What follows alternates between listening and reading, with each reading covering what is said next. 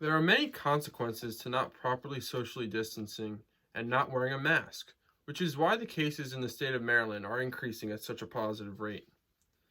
Every person must do all they can to protect themselves and others during this pandemic. Though masks are relatively uncomfortable, not being able to breathe correctly due to COVID-19 is even more uncomfortable.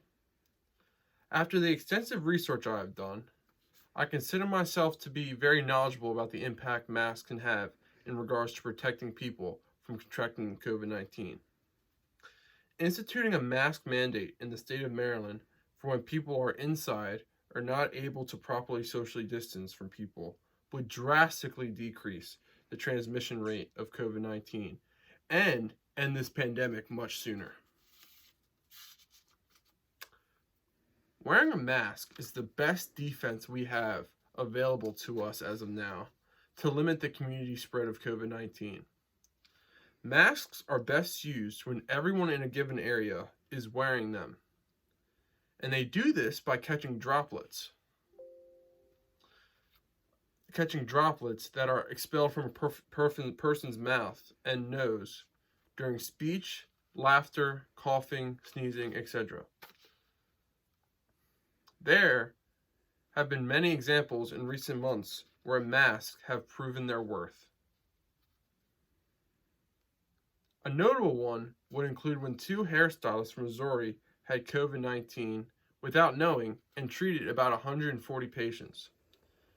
Everyone wore masks and none of their clients got COVID.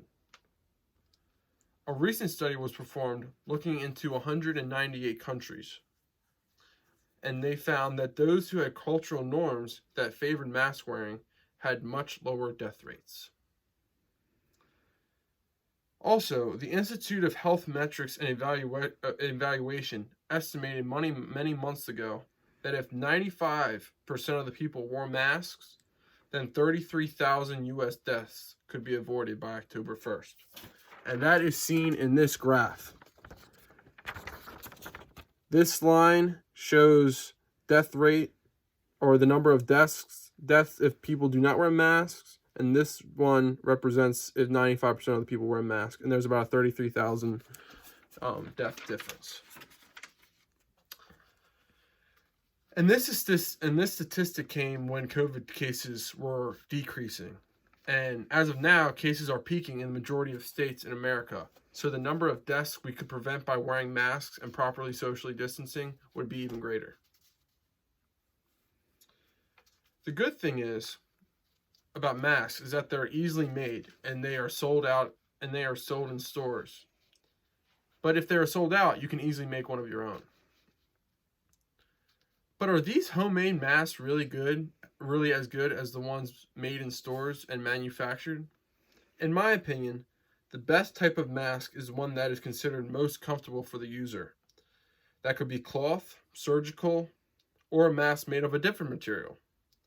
Wearing a mask that is comfortable is much better than not wearing a mask due to the user not liking how it feels. A study was done looking into how masks catch droplets when we are talking normally. They found that humans expel hundreds of droplets ranging from 20 to 500 micrometers in size from saying just a single sentence. And putting a cloth over the mouth blocked all of those droplets. This shows that whether or not you have a knitted mask on, or a knitted mask made out of a cloth, or bought a surgical mask from your local convenience store, they will all make a difference.